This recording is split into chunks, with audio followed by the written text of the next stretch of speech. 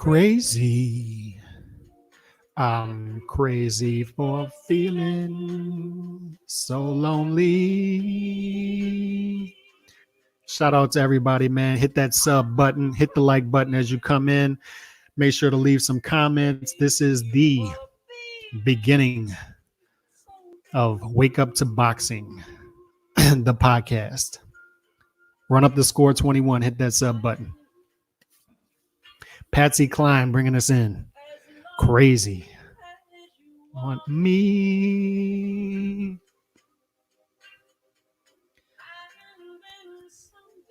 Beautiful song. Tyson Fury picked a great song to come in. Crazy. He was crazy with the strategery coming in, taking the fight right to Deontay Wilder, but crazy like a fox. It worked. And it's crazy to think that he did it twice, beating great fighters at their own game. Klitschko and Deontay Wilder. Patsy Cline. We're going to get this started in a second. I'm giving some time to let some people come in before we start this thing up.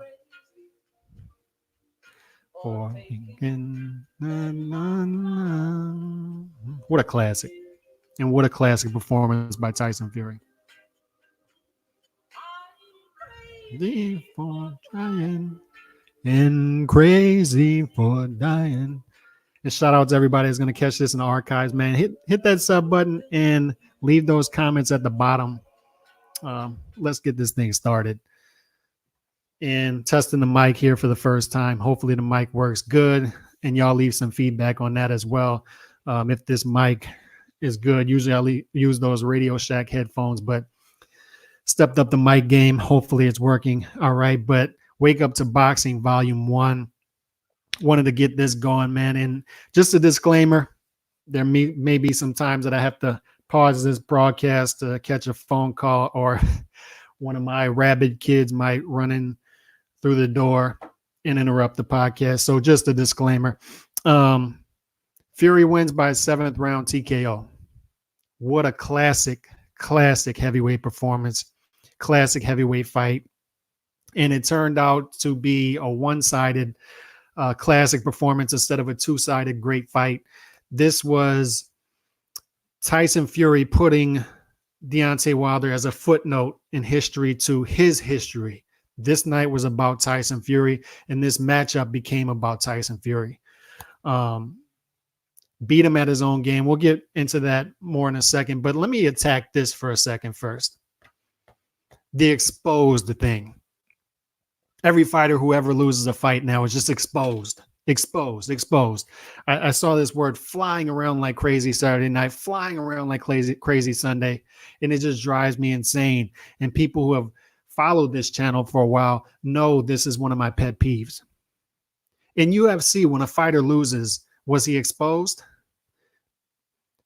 Do the UFC pundits and fans attack a fighter who loses in the UFC as exposed? No. You have fighters in the UFC, 13, 14 losses. I mean, I saw Cowboy Cerrone, 14 losses, I believe. And he's still considered a great fighter and a legend in the sport, although he's had so many losses. And it happens often in the UFC. And that's the reason, one of the reasons they get better fights is fighters aren't afraid to fight other top fighters, because they're not afraid of the fans attacking them as exposed when they lose. Let's look at this case, Deontay Wilder. He loses to Tyson Fury, a great heavyweight. And I turn on ESPN after, and Teddy Atlas is saying that Deontay Wilder was exposed tonight. He was never a fighter. You know, never a great fighter, never a great boxer. And he was exposed tonight. And in the same breath, the very next sentence, he talks about how Tyson Fury had this great classic performance. It can't be both, right? If a fighter was never a good fighter and he was never a fighter, had so many flaws, and was exposed, how did the guy who beat him have a great classic performance? How are we going to tear down fighter B and build up fighter A? at the same time. It should be. Deontay Wilder is a great fighter who was beat by an even greater fighter. All right. Why do we have to tear down Deontay Wilder? The reality is this guy was 42-0-1 coming into this fight with 41 KOs. Incredible. You don't just roll out of bed and do that.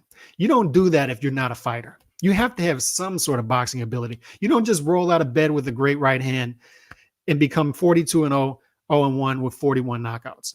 You don't. You just don't, man.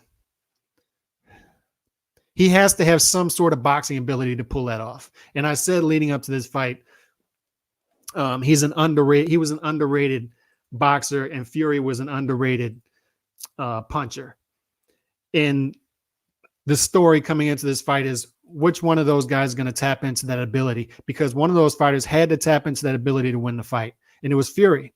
Fury, the underrated puncher, sat on his punches, took the fight to Deontay Wilder and beat him at his own game. And when things went haywire, Deontay Wilder lost his legs and didn't tap into that boxing ability that he has. He's not a great boxer, a great technical boxer. No, I'm not saying that. But what I'm saying is you have to have some sort of ability, boxing ability, to get 41 knockouts in 43 fights. You have to. You don't just roll out of bed with the right hand. And look, this isn't Butterbean running through tough man fighters. You know, this is the heavyweight division. Although it's not a great division, nobody will say that. Teddy Atlas was making it seem like Deontay Wilder has never faced a puncher. Deontay Wilder has never faced anyone who can expose his lack of boxing ability. No, that's not the case.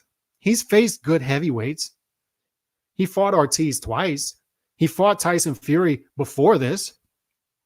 All right. And he came out of that with no losses. So to say that this guy was completely exposed for losing to Tyson Fury, who is a great heavyweight, and it turns out he is the heavyweight of this era. And I've been saying it since 2013, 2014. And I've even doubted myself at times when he went off the rails, but he is the best heavyweight when he's right in this division. He is the guy in this division when he's right.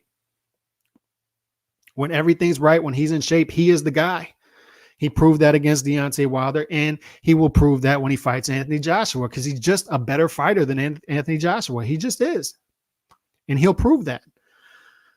If he fights Ruiz, he'll prove that against Ruiz. He will beat anybody who's in front of him, however he wants to beat him, whether it be how he did it Saturday night or whether he did it how he did it in the first fight with Wilder, which I thought he won that fight as well, when he used more lateral movement and boxing ability. And we'll get more into the tactics of how he did that in a minute. But I just want to wrap up this exposed thing because, man, it drives me insane. Why do we have to tear down these fighters?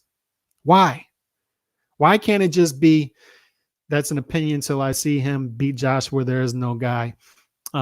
Listen, Fury would make Ruiz look stupid. I agree. I agree, man. I think there's an opinion till I see him beat Joshua, there is no guy. Yeah, look, Miss MC Stroke of Vision, shout out to you. Shout out to everybody leaving the comments. And listen, Fury would make Ruiz look stupid. I agree with that as well. Look, man, Ruiz is too small to pull that off against Fury. Fury just uses his size better than Anthony Joshua does, in my opinion. And look, Tyson Fury, and I said it after the fight, Tyson Fury versus Anthony Joshua, that fight will be off the charts. Off the charts over there and in the States as well, because Tyson Fury is a name here now. So him fighting Anthony Joshua, I can't think of a fight off the top of my head, an overseas fight that would be as big in the States as that would be. Fury versus Joshua.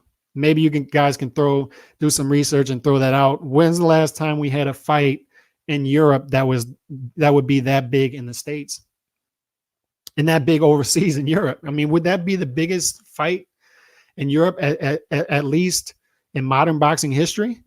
I can't think of another one off the top of my head. I mean, there's been some important big fights over there, but as important and as big as that one would be. And I understand that Deontay Wilder has a rematch clause that he'll exercise. And I think the third fight would go however Tyson Fury would want it to go. But the fight now is Fury versus Joshua. That's the fight. And hopefully nothing derails that. Hopefully nothing derails that. But just to wrap up this exposed thing, man, let's stop tearing these fighters down. The reality of it is Deontay Wilder is a great fighter. He just is. Whether he's a great technical fighter, he's not. He's not a great technical boxer. He forgets his boxing ability, right? Let's see what this comment is. Fury has the ability to do whatever he wants. Never seen a heavyweight like him in any era. Has there ever been someone like him? I'm sure there have in history. Look, there have been some great heavyweights in how he stacks up with different eras. I say it on this channel all the time. It's tough to compare fighters from different eras, right? Fighters from previous eras, 90s heavyweights, and you go further back than that, those guys fought top competition at a more consistent rate. Back then, you have a lot of heavyweights now who are middle linebackers in the NFL, are power forwards in the NBA. So the competition isn't as steep as it once was. All that's true. But if we're comparing Fury in the modern era, no, there is no fighter, there is no heavyweight that I've seen that compares to Fury and what he can do, his versatility. I mean, you look at Klitschko. Klitschko had to control the pace. He didn't have an inside game. Had to clinch when he was on the inside, controlled the pace with his jab, wasn't much of a combination puncher. Deontay Wilder was more of a knockout puncher, but Fury can give you multiple different looks, right? So as far as versatility, I don't see a guy that compares to Tyson Fury in today's game. I just don't, as far as heavyweights. But going back to the exposed thing, let's wrap it off with that. Let's not tear Deontay Wilder down, man. Let's not tear him down. Great fighter. 42-0-1 coming into this fight. Now he's 42-1-1. It's okay to lose. It's okay to lose. And in today's era, when we have the top fighters consistently ducking each other, Errol Spence doesn't want to fight Terrence Crawford. I mean, let's be honest about it. And Deontay Wilder is showing the example to the other PBC fighters, particularly PBC welterweights. Look, this is what happens when you go across the street. Look, this fight is definitely going over 1 million buys, maybe even 2 million buys from what I'm hearing. Look at all the money you can make if you go across the street and cooperate, do cross promotion. This is what can happen. And a loss shouldn't completely discredit a guy. A loss shouldn't expose a guy. Deontay is the people's champ. Look, Deontay has his fan base, and his fan base shouldn't abandon him. John Adams says Deontay is the people's champ. Look, I don't know. I mean, it depends on who you're talking about. But look, every fighter has their fan base, especially when you get to this top level. And Deontay Wilder has his fan base, and his fan base, what I would say is, should not abandon him. And I saw some people jumping off the bandwagon big time on Saturday night. And that shouldn't be the case. Look, exposed, man. How do you, on Saturday at 8 o'clock, 9 o'clock, you're picking Deontay Wilder to win the fight. You're talking about him being on the cusp of being a great heavyweight who compares with other fighters from other generations. And then he loses a fight and you say he's exposed. And all of a sudden he's just a decent fighter who could never fight. I don't get it, man. Why does it have to be so black and white all the time? There's gray everywhere. He lost the fight. All right. He can go on and fight other fights. He can exercise the rematch clause and have another shot at Fury. Ruiz is still out there, who he matches up with. Great. I still think he has the pot. He can beat Anthony Joshua. So the fact of the matter is, he's the second best heavyweight in the division. He's number 2. There's no shame in that. He lost a fight. We can move on. We can still say he's a good fighter, a really good fighter, or even a great heavyweight who lost to a greater heavyweight. And saying that he was exposed and saying that he was never really a fighter, never a great boxer, discredits what Tyson Fury did. You see that, right? Tyson Fury put on a classic performance against another great peer. That's what happened. He nullified the biggest weapon in boxing today, which is Deontay Wilder's right hand. So how someone can possess the biggest weapon in boxing, all right, and somehow isn't a great boxer or isn't a great fighter, isn't a fighter, according to Teddy Atlas. Teddy Atlas said, I quote, he's not a great fighter. He's just not a fighter. He was never a fighter. It was only a matter of time before he was exposed, is what Teddy Atlas said. I've heard a lot of other people say that as well. Well, he made it all the way to the heavyweight championship. He defended the ring belt how many times? When was he going to be exposed? I just don't understand it. It set me off yesterday, man. I was enjoying Tyson Fury, put on a classic performance, and two great heavyweights going at each other. And then all of a sudden, I just start seeing the exposed. And nothing sets me off in boxing like exposed. He lost the fight. Come on, man. People lose in sports all the time. All the time. Let's check out some of these comments. A loss just means you get a chance. Yeah. I mean, what am I missing? He lost the fight. I mean, it was like when Pacquiao lost to Juan Manuel Marquez the fourth time, and people were saying Pacquiao was exposed. It's like, okay, everything he accomplished in his career, his storied career, just goes away. He was exposed after he fought him a fourth time. Cotto was exposed in his first fight with Margarito. I was like, what? What is wrong with you people? Exposed. Why? He's a great fighter who lost to a great fighter. It's not like he lost to freaking Otto Wallen, who Tyson Fury almost lost to, by the way, a couple months ago. And I heard people saying it then. Tyson Fury was exposed against Otto Wallen. How'd that work out? Didn't work out for those people Saturday night. I can tell you that. That was mostly casual fans so that abandoned Deontay. Real fans are still rooting for. Nobody wanted Ortiz, and Wilder fought him twice. Look, and I completely agree with that, John Adams. I remember people saying, and that's another interesting thing. I'm glad you brought that up. Ortiz was one of the most avoided guys in boxing. Nobody wanted to fight Ortiz. And then all of a sudden, Deontay Wilder fights him and beats him. And it wasn't good enough because Deontay Wilder got knocked down in the fight and was sent to hell. To me, I saw that as a good thing. He showed chin. He showed that he can get up, and he showed that he could beat another boxer. I remember before he fought Bermane Stiverne, Bermane Stiverne was actually the betting favorite in that fight for a little while. And I saw a ton of people saying that Stiverne was going to outbox him. All right. But all of a sudden he beats Ortiz twice, and Ortiz is just old, is what people are saying. It's like, I just don't understand, man. Like, why, as boxing fans in particular, we should be want to be building up fighters to casual fans to make it more enjoyable and to make people appreciate what's going on.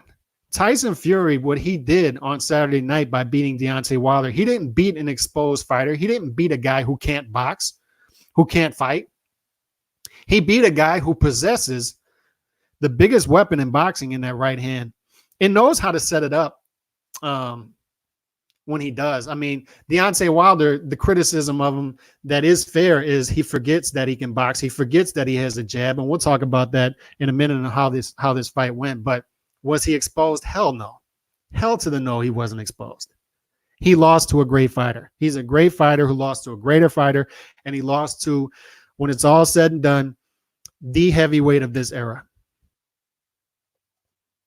Enjoy your videos, man. I appreciate it. I appreciate all the support out there. Make sure to hit that like button and hit the sub button. Let's see what's going on. I don't think Wilder was exposed. We all know his limited boxing skills at Diamond. I have to say, I thought he actually boxed okay in the first Fury fight. Yeah. I mean, let's say he at least won 4 rounds in that first fight against a master boxer. Do you do that if you have no boxing ability?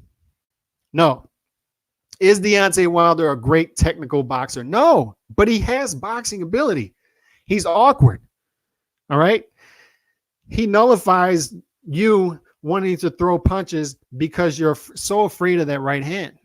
When he does use the jab, which he gets away from, we'll talk about that again in a minute. But when he does use it, it's a weapon. It's a great weapon. So the exposed thing, man, it just keeps setting me off. I don't get it. I don't get it at all. Let's see what else is going on. As soon as guys lose, he's exposed. I've dropped videos on this countless times. I don't understand how losing gets you exposed. Losing multiple times, maybe. Losing multiple times in the same way, yes. Because ultimately, if you're losing the same way against top elite competition, then you're not an elite fighter. I've said it about Adrian Broner. Let's just use him as an example.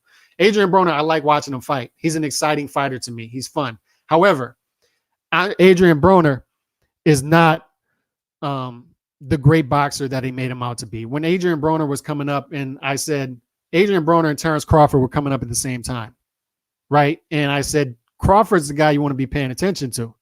He's the one you're paying attention to. But everybody was over here paying attention to the shiny object in Adrian Broner when he was not what they were building him up to be. He was not this great technical fighter. He was not great with the shoulder roll. They were trying to compare him to Floyd Mayweather, and there was no comparison. He was not a great counterpuncher. He's not a great defensive fighter. He doesn't mix offense with defense. When you're throwing at him, he can't throw anything back. He only fights in spurts. All right. So when he started to step up, he was exposed because he kept losing to elite competition in the same way. But when a guy loses one time, especially against a guy he just had a draw with, that's not exposed. He lost a fight. All right. So if Deontay Wilder continues to fight and he loses 3 or 4 straight fights, then we can say, okay, in hindsight, Tyson Fury exposed him. But we're not there yet. He lost 1 fight. Like, guys, what are we talking about? What are we talking about here? He's 42-1-1 with 41 KOs. And he didn't fight all stiffs to where they're trying to make him out to be. All right. He lost to Tyson Fury, who is going to go down as the greatest heavyweight of his era. There's no shame in that, man. There's no shame in losing. Especially when you're Deontay Wilder and you're waking up and you're going to be, you're already a multimillionaire, even more so now. He's going to be crying in his Bentley, wiping his tears with $100 bills.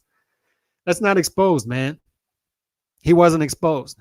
Now, I did see a lot of people. I was in a chat. I'm not going to say whose chat it was because I don't want to air anything out. I'm not going to say who was on the broadcast, but there was a lot of anti-Fury stuff going on. There was a lot of Deontay Wilder was undervalued, and people were disrespecting Deontay Wilder as a fighter. They've been disrespecting Deontay Wilder as a fighter as far as the pundits, as far as the experts, and as far as white America being out against Deontay Wilder. And there's no evidence of that either. All right, guys, look, Deontay Wilder was the betting favorite going into this fight twice. And even though many people thought he lost to Fury in the first fight, he was still the betting favorite going in the second fight. And as I'm watching the broadcast leading up to the pay-per-view, pretty much everybody was picking Deontay Wilder. And as you know, I picked Fury by decision going into this, but I started to even rethink my prediction. I was like, everybody's picking Deontay Wilder now. So what am I missing? So this narrative that was going in that from many people that I saw on YouTube that Deontay Wilder was being disrespected as a fighter, as a man. There's no evidence of that either. All right. From what I've seen, 8 8 to 9 out of 10 of the experts were picking Deontay Wilder. Deontay Wilder was the betting favorite going into this fight twice.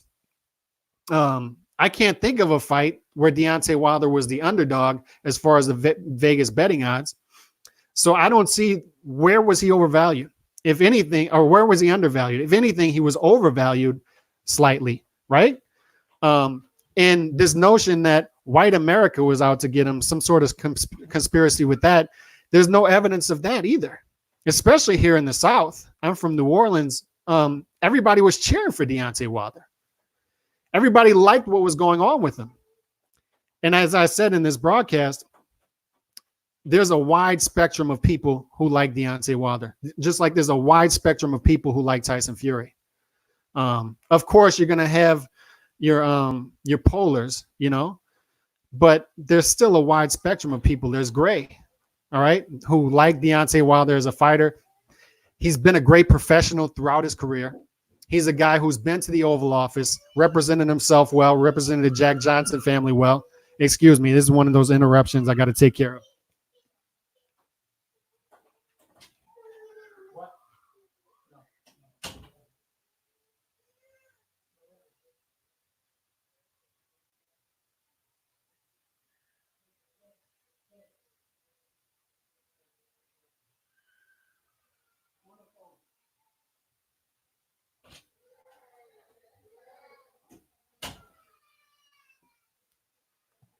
Kids, man, sorry about that. But trying to regain my thoughts. But look, a guy who's represented himself well as a pro, been to the Oval Office, represented himself well, represented Jack Johnson's family well, met the Pope. He's been all across the world as an ambassador, and a great professional. There's nothing not to like about this guy, right? I mean, just a great pro, a pro's pro. And he'll be back, man. He'll be back. There's no question in my mind. I think they'll rebuild him well. I think he'll be I think it would be a mistake to go to the immediate rematch. I don't know how the rematch clause works, if they have to do it immediately, but I'd like to see them build him back up with one fight and then go back to the rematch. I think the Ruiz fight will always be there, and that's a fight he'll look great in. So just a lot to like about this guy, but let's get into the actual fight. Let me check out some of these comments. Let's see here. Let's see what MC Stroke of it. I had Fury by UD. If you watch the first fight, Fury hurt Wilder a few times committed to coming forward. I knew as soon as he stood his ground, he'd win the rematch. And it was reminiscent, and it's really eerie. It's eerily similar, Tyson Fury's career to Andre Ward's career, right? You look at Andre Ward's career, was going great. Trajectory was going up, and then hit sort of not only a stagnant, went down a little bit because of the promotional issues, right? Had promotional issues that he was trying to work out. So it put a hold on his career for a couple of years. And then he comes back and beats Kovalev, wraps up his career that way. A guy who they said he was avoiding, a guy who they said he was going to have issues with. And the first fight, I actually thought Kovalev won the fight, edged it out. But Ward came in the second fight and put an end to it and beat him in a way that nobody said he was going to beat him. There were people picking Ward by decision, but nobody picked Ward by knockout or stoppage. Nobody. I didn't see anybody. And I was one of those people. I did not envision Ward stopping Kovalev in any manner. None. And he did it. And he proved everybody wrong. Bullied the bully. Fury, the same thing. Beats Klitschko. He's at the top of boxing. Then all of a sudden, the mental health issues go on. A couple of years, goes stagnant. So you're saying, oh, is Fury done? Is Fury done? Everybody's throwing him overboard. And then comes back, fights a guy in Deontay Wilder that people say is going to give him issues. I thought he edged him out in the first fight, but then comes back in the second fight and does what Ward did to Kovalev. Took the fight to him, beat him down, walked him down, took away his great weapon, and beat him at his own game. Fury was the bigger puncher in this fight, and nobody saw that coming. I said he had undervalued punching power, and he showed that in his fight. He showed it in his fight. So just a great performance by him in how he did it. And it had to be this way, man. Like with heavyweight boxing, we want finality. We want knockouts. We don't want decisions. We certainly don't want disputed decisions in heavyweight boxing. So it had to be this way. He had to win this way. And this defines his legacy in that not only did he beat Klitschko at his own game, you know, Klitschko was a master for a decade, only lost maybe a handful of rounds, 2 handfuls of rounds maybe in a decade, was a master at controlling pace and distance. And then Fury fights him and completely, he's the one controlling pace and distance in the fight and wins 9 or 10 rounds, in my opinion, in the fight. Completely outboxes Vladimir Klitschko. And then he comes in and fights Deontay Wilder in the second fight, fights the right strategy, takes the fight to him, makes Deontay Wilder fight going backwards, takes his legs away, makes him fight off the back foot, completely nullifies that right hand that it was reminiscent of how Bernard Hopkins completely nullified Tito Trinidad's left hook, completely took it away and beat him at his own game. So that it's not only that he won, it's how he won. And look, that's important in boxing. It's not only how that you win, it's how you win. Immediate rematch is a really bad strategy. I agree with that. I think they should build him back up first. Let's see what else we got going. Do you see Vladimir Klitschko fight against Povetkin? No, I mean, he headlocked and slammed. Look, that was Vladimir's game, though, right? Vladimir was a dirty fighter. Nobody liked to say it, but he was a dirty fighter, and he was a great fighter. Nothing against Vladimir Klitschko, but he had his tactics, much like the Bernard Hopkins tactics, much like the Andre Ward tactics. Guys have tactics that they get away with, and look, he took advantage of it. He sort of, he didn't bend the Marcus Queensberry rules. He broke them, and he won that way. That was Vladimir Klitschko, and he won that way consistently for 12 years before Tyson Fury came along. So shout out to Tyson Fury and how he won the fight. Opelousas, Louisiana here. Shout out to New Orleans. Shout out, man. Louisiana in the house. Louisiana in the house. Happy Lundi Gras to you and all of yours. Let's see what else we got. Great conditioning for his age. Yeah. As far as the fight goes, what Tyson Fury did here that was important, you saw it right off the bat. As soon as that bell rung, he ran to middle of the ring. And I said in the post-fight video, he ran to the middle of the ring, marked his territory, and he said, "This is mine tonight. This is mine tonight." I don't know if y'all noticed that. He just ran to the middle of the ring and then started up with the jab. And the jab, to me, there were 2 weapons that Tyson Fury used that were important. And that was the jab. And what hasn't been talked about a lot was the body punching. And I mentioned Andre Ward in that first fight, Andre Ward in the second fight with Kovalev. What were the 2 punches? It was almost like Fury watched Ward Kovalev twice, multiple times. What were the 2 punches that were huge for Ward in that second fight with Kovalev?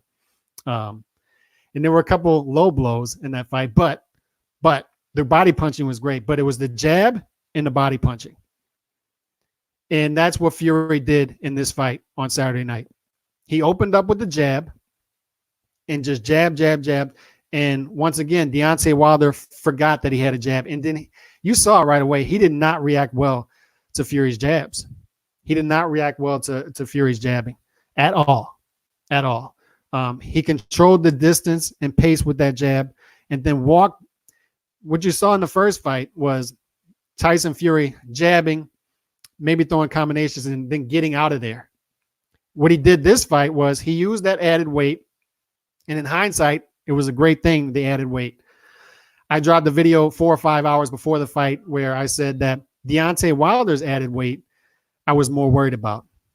I was more worried about the 231 than I was the 273 because I know Tyson Fury can fight that way no matter what the weight was. I had never seen Deontay Wilder fight as heavy as 230. And when you're a guy with that much punching power at 214, I don't understand adding the weight, because you already have the punching power at 214.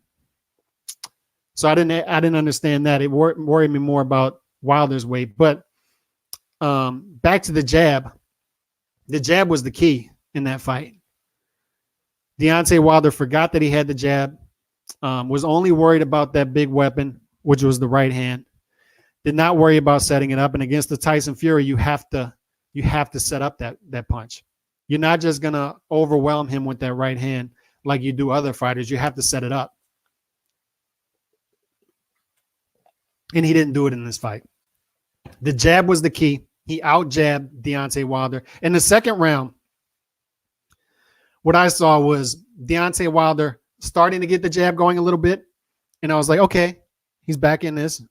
He was overwhelmed in that first round. I thought Fury clearly won the first round. But then in the second round, I thought it was a close round. I thought it was a close round. It could have went either way. And if you look at the scorecards, one of the judges gave Wilder that second round. That was the only point that he got, only 10 points that he got in that fight. Everything else was Fury completely wiping out on the scorecards. But I thought that round could have went either way. It was a close round. Wilder used the jab well in that round, did some good things, landed a couple right hands. His biggest punch in that fight came in the first round. He landed a big right hand. But in the second round, he landed some good right hands, but he set it up with the jab. And then third round, he completely goes away with it. And then Fury catches him with that big shot. And then all of a sudden, his legs were completely gone. And I noticed his legs gone a little bit in the second round when he was getting caught with those jabs. And I said, man, his legs do not look good. He sort of looks like Bambi in there, Bambi on ice. And in the third round, his legs were gone when he got caught with that shot. Beautiful shot. A lot of people were saying it was behind the head, but if you watch that, it was the same punch that Wilder caught Fury with twice in that first fight, right behind the ear, messes up with your equilibrium, busted the eardrum. And it's different from a rabbit. I could see if it was a rabbit punch, because some people had an issue with this punch. But a rabbit punch, a guy's head is down and you're purposely hitting him in the back of the head. But what happens is, it's the issue that I have with the NFL with the targeting stuff, is when you're throwing a punch, when you start throwing a punch, a guy's head is at a certain angle. So when that guy sees that punch coming and he moves, it's going to hit him in a different spot. So Wilder sort of turned from the punch. Instead of walking in or ducking the punch, he sort of turned his head to it, and it caught him right there behind the ear. In that fight, that punch completely turned the fight. In that fight, the fight was going towards Tyson Fury from the beginning, but when that punch happened, that was it, man. His legs were gone from the jump. He was a zombie for the rest of the fight. Showed a ton of heart getting to the seventh round and still being on his feet and not wanting the fight to be stopped. More on that in a minute, because I thought Mark Breland did a wonderful job in the corner, and I see him getting thrown under the bus, and that's making me mad as well. That's another thing that triggered me was Mark Breland, not only his co-trainer throwing him under the bus, Wilder sort of throwing him under the bus, which is understandable. Wilder, you're trying to save face, and as a warrior, you're thinking, I wanted to continue. I wanted to keep going. So I can understand it coming from Wilder, but coming from other people and coming from his co-trainer, being thrown under the bus, Mark Breland should have a clear conscience right now, because he did the right thing. And it takes a real man to step up and save your fighter and say, hey, this is not our night. There's no need to take further damage. Let's save ourselves for future fights. It takes a real trainer to do that. And that's a lost art, unfortunately. And I'm sure Kenny Bayless was happy to see that, because a lot of times a referee, they got to be looking at the corner like, what else do you want to see? I don't want to step in and do this. Please do the right thing. And Mark Breland did the right thing here. Let's see comments, what we got. DGO0082, shout out to you. The end of the second round, Fury landed the shot, changed everything. It was straight right there, right? Yeah, and that's what I was talking about. I think even a little before that, there was a couple shots there, and I thought Wilder was doing enough first half of the second round to make that a close round. But towards the end of that second round, Fury caught Wilder with some shots that his legs just did not look right. And I thought it started with the jab, because Fury's jab can it can be a power punch. And he just wasn't reacting well to it, and his legs were just not there from the end of the second round. I'd say with about 30 seconds left in that second round on. So I thought he was tenderizing him a little bit before that third round. And the third round, it started to take effect. And even the second time he went down, I thought you could have called that a knockdown. I didn't see the replay. I would love to see the replay, because it seemed like that could have been called the knockdown as well. But if you fast forward to the fifth round, back to the body punching, Wilder's legs were gone, but Tyson Fury catches him with a shot upstairs, right hand. He sort of starts to go back, and then he catches him with a left hook to the body that puts Wilder down. Now, I don't know if the body punch put Wilder down, but it's what we talk about as far as body punching. Fury was sneaky with those body punches, and that takes away the legs too. So it's not only the shots upstairs, it's not only the eardrum, it was the shots downstairs too that was taking the air out of Deontay Wilder. So the jab, adding the weight, walking him down. It was reminiscent of the changes that Cotto made from the first Margarito fight to the second Margarito fight. You watch the first Cotto Margarito fight, which Margarito had hand wraps in, so we got to keep that in perspective as well. But Cotto was using a lot of unneeded, unnecessary movement throughout that fight. A lot of lateral movement. He didn't have to use. Antonio Margarito has a full head of steam on his power punches, can walk him down, and it's different getting walked down by a big guy. And he ultimately stopped Miguel Cotto. Second fight, what does Miguel Cotto do? Holds his ground, walks him down, leans on him, does things that people said he shouldn't have done against Margarito. It's counterintuitive, but did it, and it worked.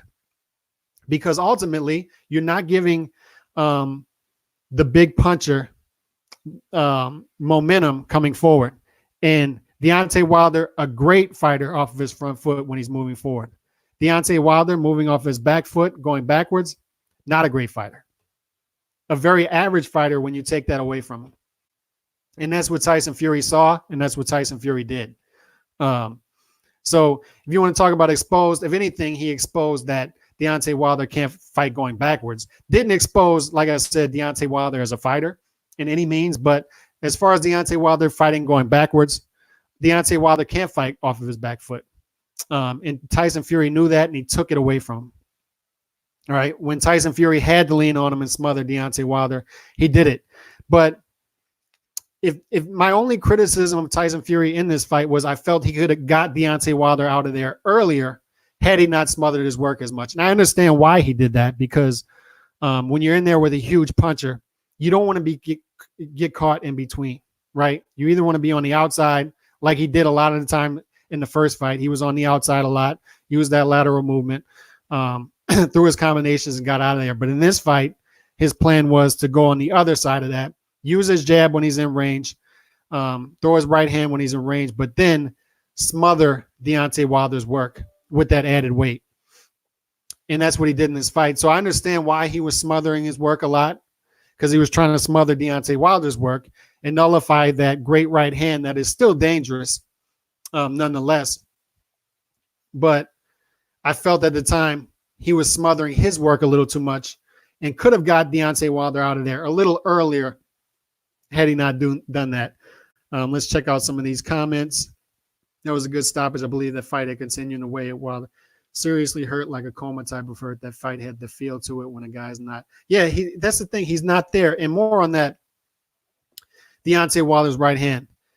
Deontay Wilder's right hand is the biggest weapon in boxing, like I said. But it wasn't on Saturday night because Tyson Fury took it away early, and he completely took his legs away. So as I'm watching this fight, Deontay Wilder is just a zombie in there. You can just see it. He's not himself from the second round on, kind of just like stumbling along and throwing a right hand for the rafters every once in a while, trying to land a Hail Mary punch.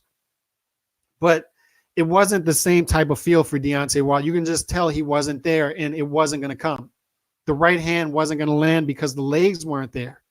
The right hand, when it did land, wasn't having the same type of effect on Tyson Fury. He was walking through it because the legs weren't there. He wasn't able to sit on those punches. It was obvious to me from at least the fourth round on that this wasn't Deontay Wilder's night. So when you start to get to 5, 6, 7, and you're watching him just as a zombie, and his face is just on this side of his face, it's just swelling, and you can tell the eardrum is messed up, and the jaw looks like it's messed up too. And Tyson Fury is just kind of fighting free in there and enjoying himself. You just have to say at some point, it's time to cut it. As a trainer, you have to watch that and say, look, it's not our night. We got to cut this. And you want to save him from an embarrassing knockout as well, right? I mean, I'd rather the guy my trainer just stop the fight, and the trainer can be the bad guy. Let the trainer be the bad guy. And let's move on to another day. And Mark Breland understood that. And that's why I respect Mark Breland so much after this is he knew he was going to take heat for it. There's no doubt. He knew he was going to take heat for this, not only from his fighter, but from some people in the public. And I can't believe some boxing experts would have an issue with Mark Breland stopping this fight. I don't think there's many of them, but they're out there. But for Mark Breland to step up and have the balls to stop this fight when he did, knowing that it wasn't going to be popular with his fighter or even his co-trainer, takes a lot of balls, man. And I respect Breland for that. Just a great move on his part. So I respect Breland. Cold, good chin, and hard to keep fighting, but taking too many. Yeah, he took too many, and you got to save your fighter from himself. Yeah, Fury's feints with the jab, switching from feints to stiff jabs. Wilder had no answers for that. Yeah, and that's what we go back to as far as Fury being a versatile fighter. Uses those feints. He's just all over the place with his upper body movement. And Wilder just had issues finding him in there, but the feints worked with his offensive game and setting up his right hand, but he didn't really need much upper body movement as far as defense went on Saturday night because he was so offensive minded sitting on his punches that Wilder was so going backwards so much that he just was never going to get anything on his right hands. Was never going to get anything there. And just a great job by Fury of using his offense as defense, right? And that's the thing about Wilder too, is he's not a great counterpuncher. Everything's going to be going forward off of his front foot. So Fury knew that as well, watching the first fight and watching Wilder in past fights, is as long as I'm active, I don't have to worry as much about what's coming back at me, about that right hand. When he has to worry is when he gets caught in between in Wilder's range, moving a lot, and he gets caught in between in that real estate. And he didn't have to worry about that in this fight because, like I said, he's moving forward, sitting on his punches and leaning on Wilder so much with that added weight. And you can't discount, man, 40 pounds of added weight.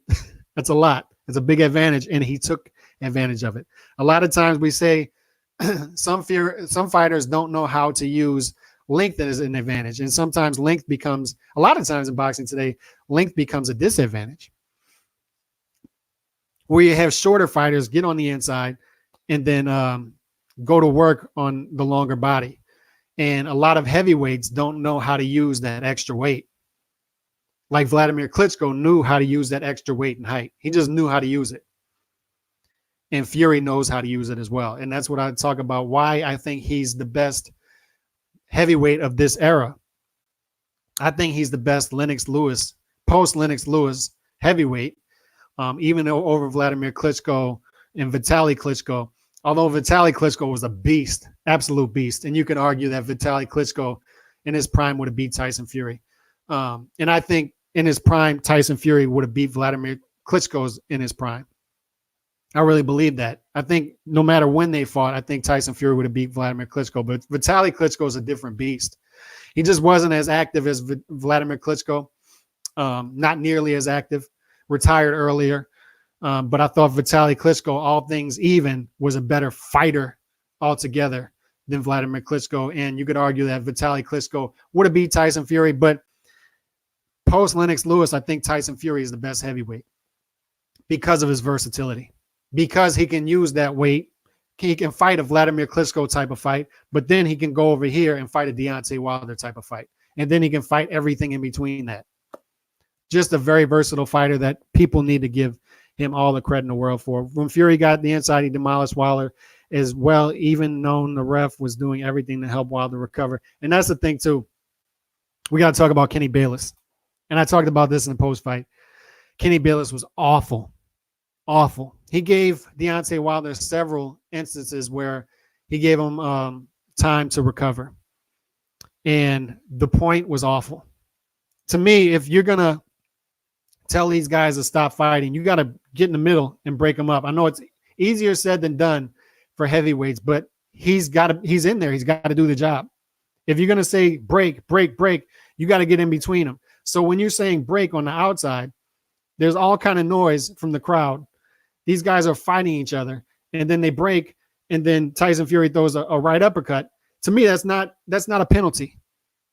And even if it is, that's an early point deduction. It's not like these guys were penalizing each other left and right. He got out of hand. All right, so Kenny Bayless was just awful, awful. And luckily, we always say, man, you hope in a big heavyweight that the referee or the judges don't mess it up, especially when it's a good fight or a good performance, a great fight or a great performance. You don't want outside things to come in and mess it up. And Kenny Bayless, if this was a closer fight, could have done that. And that's awful. At some point, I thought Fury was carrying Wilder. I don't think he was carrying him, but I do think that he could have ended this earlier had he fought with a different strategy, not smothered his work. But that's a credit to Deontay Wilder. So even if you have a guy that hurt, even if he looks like a zombie, Tyson Fury still showed that much respect for him to where he still wanted to smother him. He was still worried about smothering Deontay Wilder's work, that he was willing to smother his own work and not take that chance to go for the knockout too early. And that was a respect to Deontay Wilder's power and the biggest weapon in boxing. I keep saying it, which is Deontay Wilder's great, powerful right hand that he'll still have after this fight, by the way, which is why I'm still picking him to beat every other heavyweight not named Tyson Fury, and which is why I still have him number 2, not only for that aspect, but for the fact that to be number 1 and number 2, you got to fight number 1 and number 2. And Wilder and Fury have been going at it. They've gone at it twice, while Anthony Joshua has been sitting on the sideline, outpricing himself for those fights and struggling with Ruiz. All right, so I show respect to the guys who take the big fights and fight each other. And that's why I'm not dropping Deontay Wilder lower than number 2. You got to be crazy. You've got to be kidding me if you drop Deontay Wilder lower than number 2 after he loses to number 1. If that's what you're going to do, man, get the hell out of here. Same when Peterson's trainer stopped the Errol Spence fight, right? Look, you got to do the right thing if you're a trainer. You have to. You have to be willing to be the bad guy. That's one of the biggest things for a trainer. You have to save your fighter from himself. And Mark Breland did the right thing in throwing in the towel and saving Deontay Wilder for future fights and saying, look, tonight's not our night. I understand that losing a fight is just losing a fight. We're going to play the long game here. We're going to look long term. We had the rematch clause. We can get another shot at this guy. There are still other fighters out there as well. This isn't our last go round.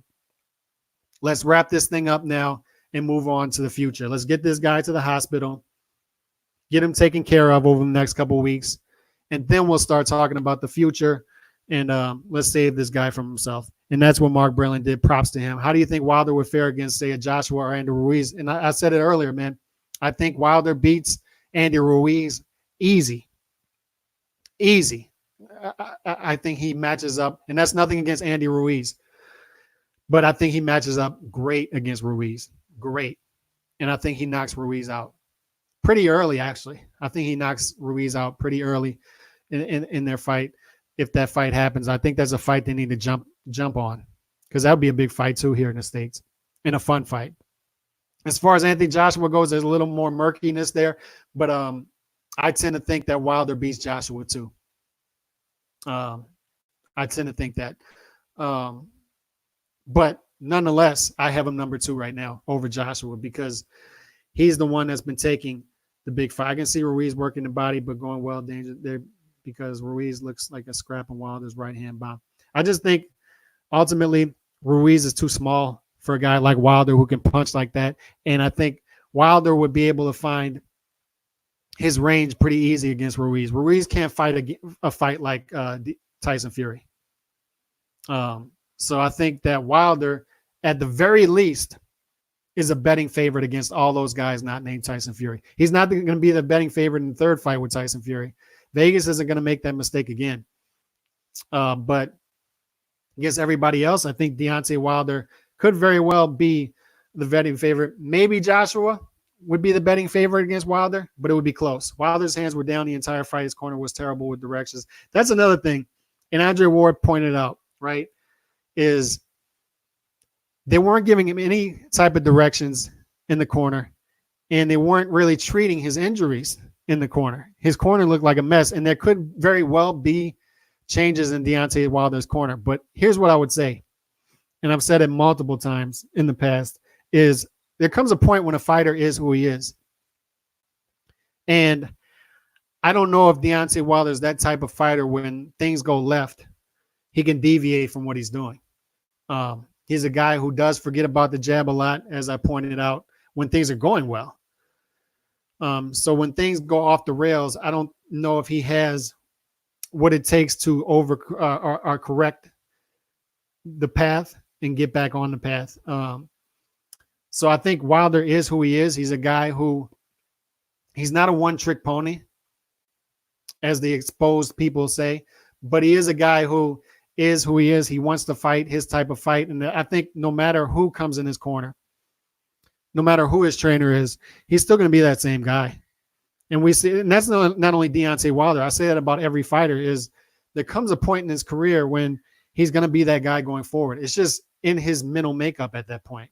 He's been trained a certain way 10, 15 years. He fights with a certain style for 10, 15 years. He's not overnight in a 6 to 8 week, 10-week training camp going to change that.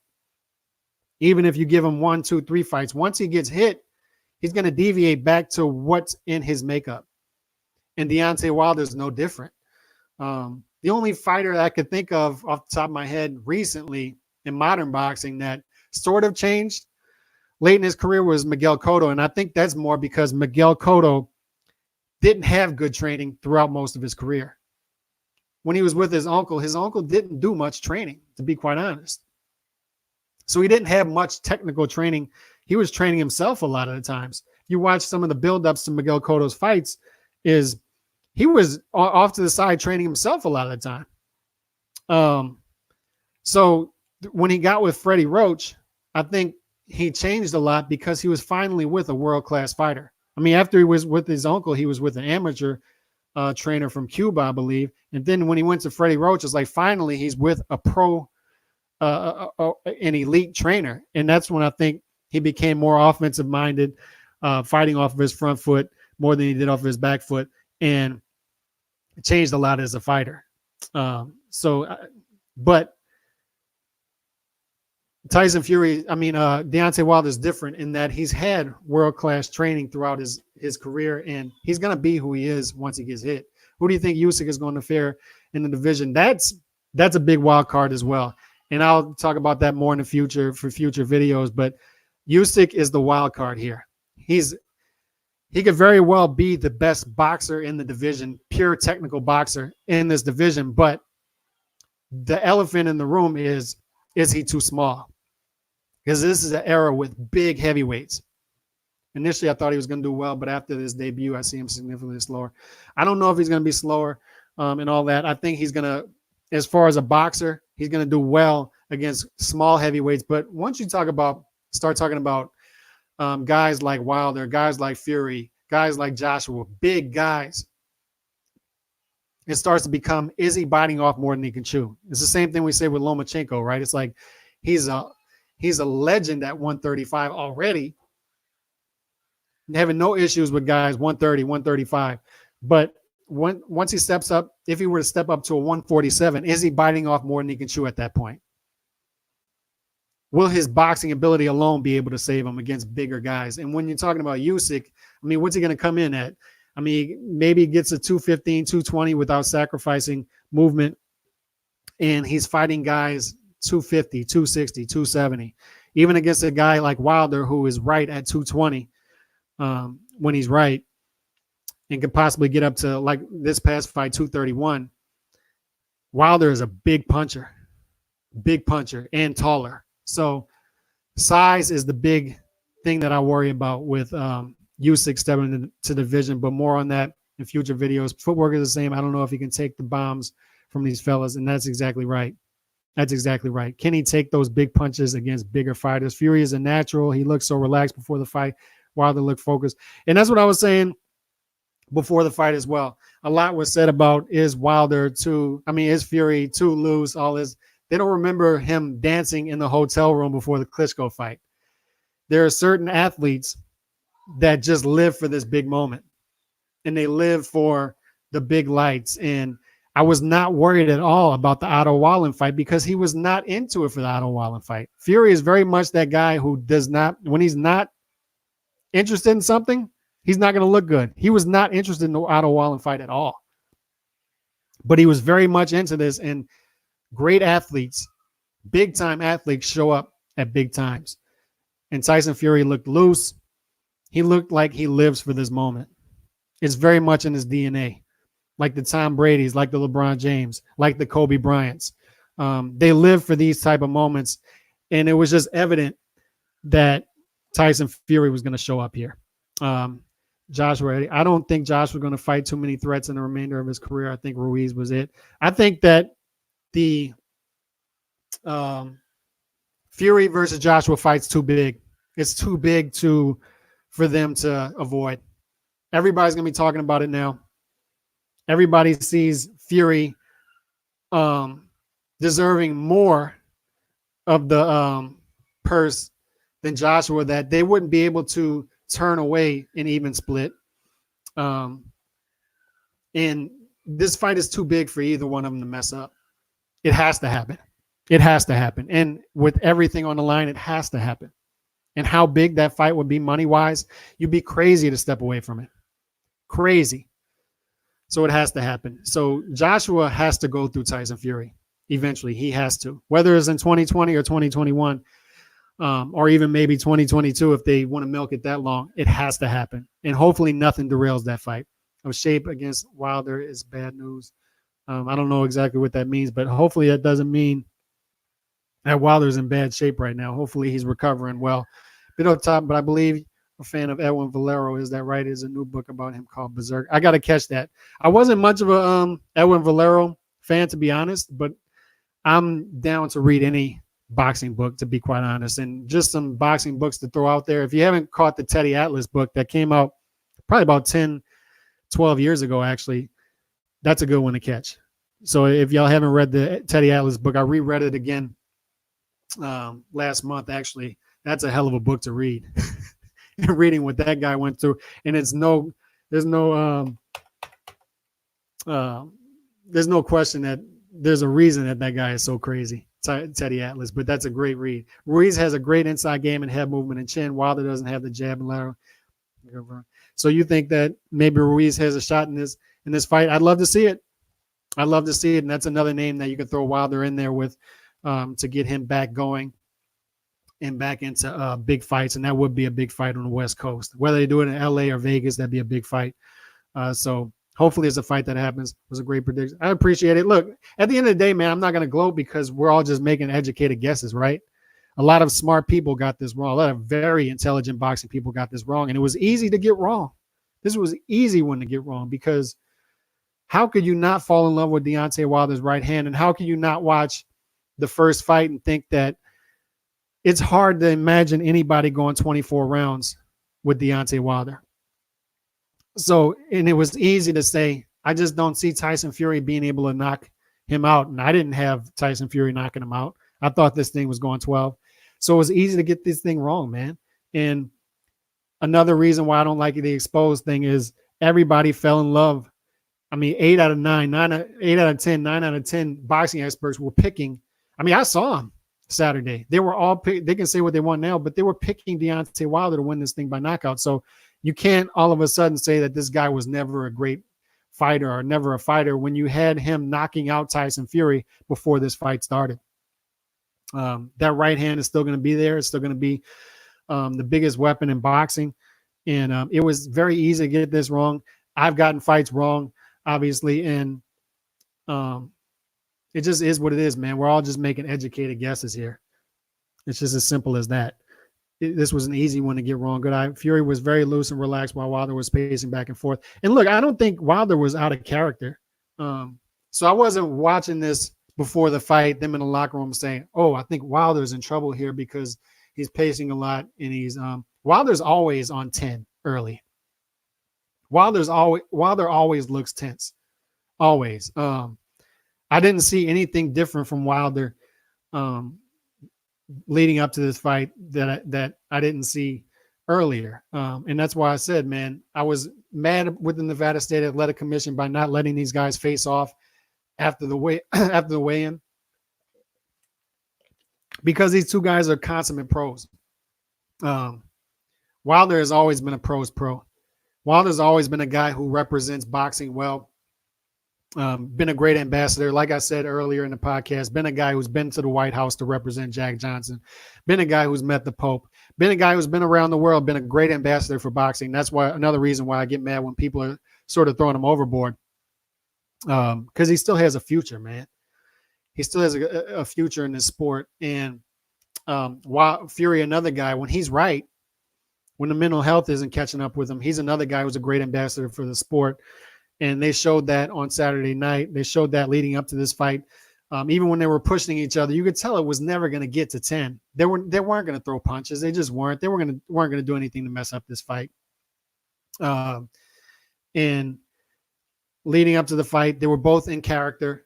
They both did a great job of building up this fight, while at the same time staying controlled, being likable. I think both of these guys are very likable. And after the fight, they both showed props to each other. So just a lot to like about both of these guys throughout this fight. And both of them, they just never got out of character. And I appreciate that. Have a difficult way he talks. He seems to, yeah. Teddy Atlas had a difficult childhood, man, to say the least. So catch the book.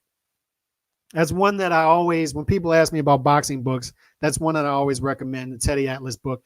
I believe it came out 2005-ish, somewhere around there. I read it years ago. I think maybe 10. I read it, something like that. And I reread it 2 or 3 times. It's just a very interesting book. Some stories that he tells about Shannon Briggs and almost killing some people. He really had it out for Donnie Lalonde and some other. I believe Lalonde. I got to reread that. I got to reread some of this stuff, but he's got some very interesting stories to tell in there, to say the very least. I'm not going to brag, but I called the Fury by KO after seeing a washed-up Fury beat Wilder into I knew a season for Fury. Freddie Roach was right all along. Yeah, man, that was a good call, because it was sort of a lot of people were criticizing that strategy coming in, but it ended up being the perfect strategy for this fight. Perfect strategy on getting Deontay Wilder out of there and neutralizing that right hand, which not only did he neutralize it, he nullified the right hand by walking him down and sitting on his punches and going for the knockout. Grew me on his person, especially his post-fight interview. Yeah, I mean, Wilder's a very likable guy. Very likable. Does not get in trouble out of the ring. Represents the sport well. Always wants to fight the best. Always wants to be the best, and challenges himself. And that's all you can ask for in a fighter, man. I mean, the flaws are the flaws. He's a flawed fighter. He's going to be a flawed fighter tomorrow. He's going to be a flawed fighter 3 years from now. But what we know consistently from him is he's going to consistently show up and want to be the best. And that's all we can ask for in a fighter at the end of the day. My favorite fighter of all time, Arturo Gatti, extremely flawed fighter, was not a great boxer, but he consistently challenged himself. He didn't have to fight Oscar De La Hoya. He didn't have to fight Floyd Mayweather. We knew what was going to happen in those fights, but he wanted to challenge himself when he didn't have to. And Deontay Wilder's cut from that same cloth, man. He wants to be great. If Fury beats AJ and retires afterward, how you rank Fury in the history books, Calix? Look, if he beats AJ and retires,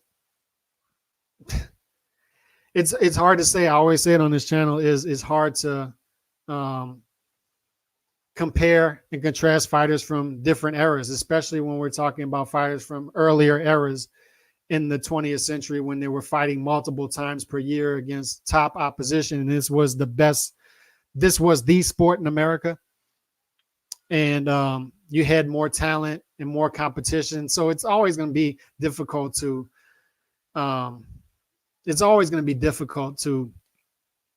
compare fighters from different eras. It's impossible to compare Tyson Fury to Joe Louis or a Rocky Marciano or an Ali or a Frazier, even to guys in the 90s, a Tyson or a Holyfield. It's just difficult. But what I will say, in the modern era, I already put him ahead of Vladimir Klitschko. I just do. And if he beats AJ, I think you have to put him as the top fighter in the modern era, top heavyweight in the modern era, because I think the only guy out there who can top him at this point, because I think a third fight with Wilder, I think he beats him again, however he wants to beat him. But the only guy at this point who can top him in this era would be Anthony Joshua. And I just don't see that happening. I think when it's all said and done, Fury's going to go down as the heavyweight of this era. Don King did kill someone. Yeah. That's you can just Google that. Don King killed someone when he was young, which isn't a surprise, right? Really? I mean, not a surprise. He's accomplished a lot for a guy who killed somebody early in his career, early in his life. Wilder should let Fury fight AJ for the belts, and if he beats AJ, the third fight would be huge for Undisputed. I just don't know. I got to be honest. I'll plead ignorance on this. I don't know how the rematch clause works.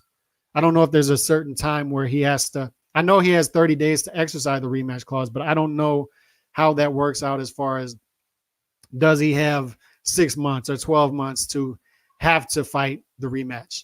I just don't know how that works. I don't know if they could work that out to where he fights AJ and all these guys. I just tend to believe that they're going to let that Fury versus, although it's big already, I think they're going to let that breathe for a little while. I would not be surprised if that fight happens in 2021 or maybe even early 2022. I think they're going to let that one breathe for a while, unfortunately. I'd love to see that fight now, but that's just how boxing works. I think they're going to let it breathe. And I think that the trilogy with Wilder happens before AJ. This is what I think. What trainer do you think would help Wilder develop a better fight against Team Zones? Like I said, I don't think any. I think at this point, Wilder is who he is. I think they need a better cut man in the ring. He's been with his head trainer for a while. He's been with Mark Brilliant for a while. So I don't know. To be quite honest, I don't know. A name that I wouldn't be surprised to be thrown out a lot is Freddie Roach as an offensive-minded fighter. And Deontay Wilder needs an offensive-minded fighter since he has a one-track mind and he's offense. And I think you stick with what you are. I don't think at this point you can make Deontay Wilder this great magician as a defensive fighter. Maybe you can help him fight off of his back foot a little more. But as far as the counter-punching ability, I think at this point in your career, when you're 45 fights in, 44 fights in, whatever it is, you are who you are. So I just tend to think the switching trainers thing is always seems to be overrated. Strategy wise, it can work though, because you look at Tyson Fury going to Sugar Hill as opposed to Ben Davison in the first fight. Sugar Hill's strategy worked a lot more, right? So strategy wise, it can work, but for that to work, you have to have a fighter who's versatile, who can show you many different looks. So that's why it's tough to compare Fury moving to Sugar Hill to any other fighter. Fury's trainer said he planned to retire. If he does, do you believe Fury will get back with Vin? If I'm If I'm Tyson Fury, I stay with Sugar Hill. I think him and the Crunk mix works. Emmanuel Stewart was very high on Tyson Fury early in his career, and said that when Vladimir Klitschko gets older and retires, that Tyson Fury was going to be his division. He said that early on. So I think that I'd love to see Tyson Fury stay with Crunk. I would love to see it. So I don't think he's going to get back. He may get back with Ben Davison. I would just love to see him stay with Sugar Hill, to be quite honest. So yeah, I've heard him say that he's got 3 fights left on his contract and then he's done. I tend to believe him. No trainer will change Wilder's makeup, be able to fight off the back foot, having no plan B, etc. Yeah, his makeup is his makeup. It's ingrained in him at this point, and especially with a guy who started his career late at 19. I think he is who he is at this point. Yeah, I mean, Abel Sanchez would be a good trainer for Wilder too, but like I said, man, once you get hit 45 fights in, 44 fights in, you are who you are. I just don't see strategy is the only way I see. Like if you have a master strategist type of trainer who can come in and give you a game plan specifically for that fight, but you have to be able to execute it. And Wilder at this point, he has his game. And I think he needs to, if he switches trainer, he needs to get a trainer who's offensive minded, who can make him even better at what he's great at. Because what he's bad at, I don't think you can necessarily fix that much at this point. It's a deficiency. It's a flaw. And when you're this far in the game, once you get hit, you revert back to who you are. It's ingrained. It's in your DNA at this point. And I think he just needs to go with somebody who makes him even greater at what he is. So let's see what else we got before we wrap this thing up. Sergio Martinez said he's making a comeback this year. That sucks to hear. Needless to say, I think he won't end well. Yeah, I don't think that's going to end well. I don't think that's going to end well because Sergio Martinez is a guy who used a lot of movement to be successful, especially coming off of a knee injury as well. He had a pretty catastrophic knee injury. So, no, I don't think Sergio Martinez is a guy who can come back late in his career, older. He was older when he retired. So, no, I don't think that's going to go well at all. Utilize the jab more in the third fight, but will not be enough for Fury. Yeah, he needs to utilize the jab a lot. But even when he does, Fury jabs more and Fury jabs better. And Fury just can beat him in many different ways to where a third fight, he's still going to have to throw a Hail Mary and close his eyes and try to knock out Tyson Fury to be successful. Tyson Fury is just the far superior boxer. He just is. And no matter how the fight plays out, third fight, Fury beats him however he wants to beat him. Plant fights Benavidez, who you got. Plant. I think Plant will win the fight. But there's already talks of that fight being held off because Benavidez has mandatories and whatnot. And it seems like that fight's not happening anytime soon. So I don't know who Plant's going to fight next. But Benavidez has a couple mandatories that he has to take care of, unfortunately. Hopefully they can get that taken care of and fight. But I think that I say Plant because I think Plant's more consistent fighter. Benavidez gets inconsistent in there. He gets a little lazy in there. And he forgets his strengths in the ring, much like we talk about with Deontay Wilder when he forgets that he has a jab. So I think Plant's a more consistent fighter. He's a more active fighter in there. His activity would win on the scorecards, I believe, and I would have Plant in that fight. Wilder's one mention if we apply a different strategy to beat Fury. I agree. I wouldn't necessarily say he's one-dimensional, but Fury just has a lot more avenues to where he can win than Wilder has. And I think Fury knows how to nullify and at the very least neutralize that right hand at this point because he's seen it so much that I really don't see anything that Wilder can improve on in the third fight to beat Fury. Sergio is too sexy to keep fighting. Zoolander. Sergio Martinez is Zoolander. Yeah. We've called him Zoolander for a decade. Yeah, he's too sexy to be fighting, man. He's got too much going for him to be in the ring at 40-something years old. Who do you think Canelo will fight next? I don't know. Hopefully, Billy Joe Saunders. It looks like that fight's going to happen. Hopefully, that fight happens. More on that tomorrow in the podcast. I'm going to wrap this thing up. Man, it was a good hour and 20 minutes with y'all, man. I appreciate all of y'all being here, man. You have no idea. In New Orleans, there are very few people to talk boxing with. So it's good to get on here and talk boxing. I definitely don't see myself as a superior on here, like a guy holding a broadcast. I'm just going to answer comments. I like going back and forth with you guys. So I appreciate it, man. I'm humbled by it. A lot more podcasts, daily podcast, morning podcasts, every day now. So I appreciate y'all coming on. I'm going to end this thing. Hit that sub button. Hit the comments after for everybody catching it on the stream. I'm out, man. Peace.